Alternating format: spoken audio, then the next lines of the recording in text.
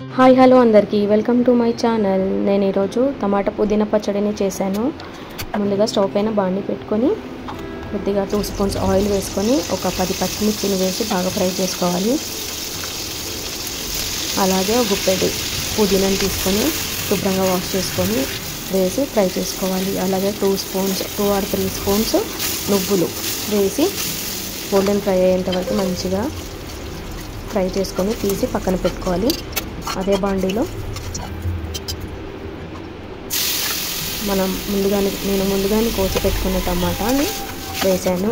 అది బాగా మెత్తగా మగ్గేంత వరకు ఉడికించుకొని 1 స్పూన్ సాల్ట్ వేసి అలాగే హాఫ్ లెమన్ అంత చింతపండు, ఒక 5 వెల్లుల్లి రేకులు వేసి బాగా మెత్తగా ఉడికేంత వరకు ఉడికించుకొని మిక్సీ జార్లో వేసి మిక్సీ పట్టుకుని ముందు కొద్దిగా జీలకర్ర వేసి మిక్సీ చేసుకోవాలి. అంతే, ఎంతో యమ్మీ పుదీనా పచ్చడి రెడీ. నచ్చితే లైక్ చేయండి, నా ఛానల్ని సబ్స్క్రైబ్ చేయండి, తప్పకుండా లైక్ చేయండి. Thank you.